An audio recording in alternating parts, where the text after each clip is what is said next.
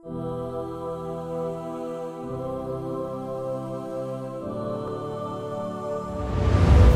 hamba ini adalah pujian paling tinggi untuk Rasul Sallallahu Alaihi Wasallam. Pujian paling tinggi untuk Rasul disebut abd.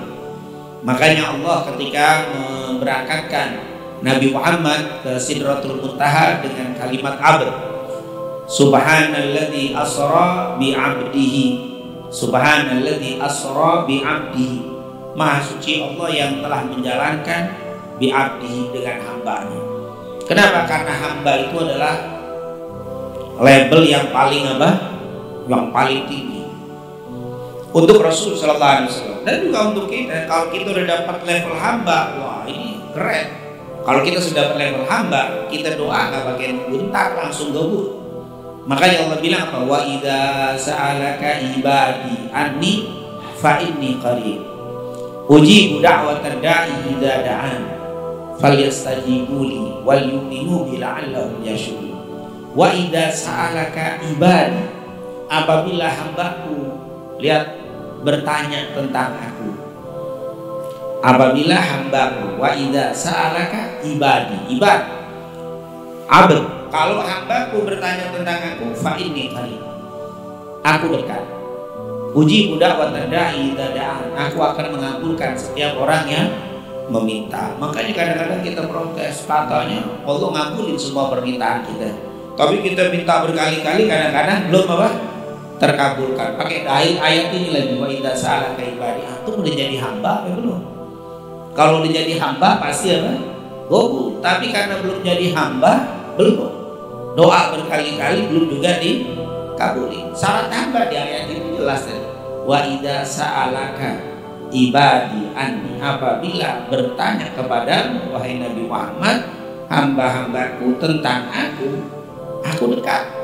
Oh, berarti hamba itu yang pertama selalu nanya sama Rasul Sallallahu Alaihi Wasallam.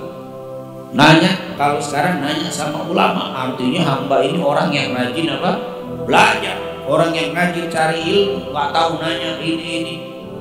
Ini adalah sifat hamba, nggak pernah berhenti untuk mempelajari syariat Rasul Sallallahu Alaihi Wasallam. Yang kedua, nanyanya tentang Allah, berarti omongannya itu nggak jauh dari Allah, dekat, berbicara dikit ke sini lari ke Allah lagi, nanya tentang Allah lagi. Artinya nggak pernah lepas dari syariat, belajar, bahas. Kalau dia ekonomi atau kalau dia ahli ekonomi, dia kerja, larinya ke Islam lagi. Dia ahli apapun, larinya ke agama. Ini hamba. Ini luar biasa. Orang yang model begini nih, fa inni qarib, aku dekat. Kenapa? Karena selalu ngomongin tentang Allah. Kan kita sering dengar hadis, man dzakarani fi mala'in, man dzakarani fi nafsihi dzakartuhu fi nafsi, wa man dzakarani fi mala'in dzakartuhu fi mala'in khairun minhu. Apabila dia menyebut aku di dalam dirinya, aku akan sebut namanya di dalam diriku. Tapi kalau dia menyebut aku di depan orang banyak, di depan khalayak ramai, aku akan menyebutnya di depan yang lebih baik dari perkumpulan mereka. Artinya dekat. Karena dekat dengan Allah, Allah pun dekat. Makanya kalau dia berdoa gobul. Kita doa berkali-kali gak gobul-gobul. Habis doa serius, habis itu ibadah kagak, ngaji enggak, belajar tidak, bahasnya dunia mulu, kagak urusan sama Allah. Nggak bisa, nggak dapat. Ini luar biasa. Hamba itu udah sih, tingkatan hamba itu luar biasa. Derajat paling tinggi, predikat yang paling tinggi yang Allah berikan kepada Nabi Muhammad abd. Makanya al-muallif Imam Al-Ghazali menyebutkan Nabi Muhammad ala Muhammadin wa rasulih wa abdi, dan adalah hambanya. Itu predikat yang luar biasa, pujian untuk Nabi Muhammad Sallallahu Alaihi Wasallam. Ciri paling gampang hamba itu kayak tadi, cara bicaranya, cara hidupnya. Terus kalau ibadah nggak mikirin pahalanya, tapi yang dia pikir adalah saya sebagai hamba wajib mengikuti Allah, tanpa nanya. Kalau kita kan masih nanya pahala. Taklim pahalanya gede nggak? Gede, baru taklim dia.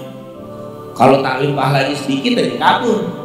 Masih ini sholat qobliyah subuh bagus, qobliyah subuh hebat. Hadis riwayat Imam Tirmidzi dari Aisyah, rakaatil fajr khair minad dunya wa ma fiha. Wah, enggak pernah tinggalin qabliyah subuh. Tapi kalau qabliyah zuhur apa Pak? Enggak disebutin. Cuma Nabi selalu ngerjain qabliyah zuhur wa ba'da zuhur. Hadis enggak ada keistimewaan qabliyah zuhur pahala sekian-sekian, enggak ada, lemes ya. Karena masih mikirin apa? Mikirin pahalanya. Nah, ini belum jadi hamba nih. Kalau kata Imam Ghazali nanti apa? Tujar. Ibadahnya para apa? Pedagang, untung ruginya dihitung-hitung. Ya lumayan, tapi masih apa? Masih ibadah juga. Nah, ini adalah hamba Nabi Muhammad. Oh, udah luar biasa. Udah gak ngeliat lagi Nabi Muhammad. Udah ghufira lahu ma taqaddama min dhanbihi wa ma ta'akhkhar. Nabi Muhammad itu dosanya udah diampuni yang telah lalu dan akan datang, tapi ibadahnya kakinya sampai bengkak. Jujur kalau antum sudah dijamin masuk surga, enggak dosa udah diampuni, kira-kira bagaimana? Tidur, nggak perlu talim lagi kan? Udah dijamin masuk surga, mau ngapain lagi? Kalau Nabi Muhammad dijamin dibersihkan, masuk, ghufira lahu ma taqaddama min dhanbihi wa ma ta'akhkhar, malah tambah kaki sampai bengkak. Sampai-sampai Aisyah nanya, ya Rasulullah, ini sholat kayak begini ya Rasul, sampai bengkak kaki. Bukankah engkau sudah dosanya yang telah dan akan datang diampuni ya Rasulullah? Jawabnya, afala akunu abdan syakura. Apakah gak pantas aku menjadi hamba yang bersyukur? Udah gak cerita Nabi itu, cerita ibadahnya bukan pengen surga lagi. Nabi Muhammad SAW itu abd namanya. InsyaAllah kita semua dijadiin hamba-hambanya Allah, amin. Sekarang baru berbatas kita doa.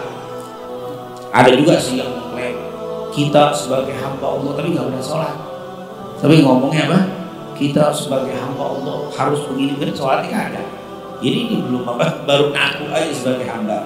Tapi insya Allah Allah jadiin kita semua sebagai hamba-hambanya. Amin ya Rabbal